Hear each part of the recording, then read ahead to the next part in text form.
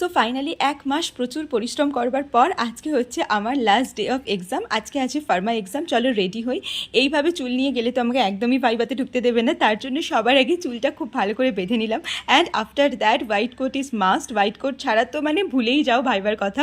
White coat আমি পরে নিলাম। আমি একটা কথা ভাবলাম যে হোয়াইট কোটে অনেক বেশি সুন্দর লাগে অন্য যে কোনো ড্রেসিংয়ের থেকে।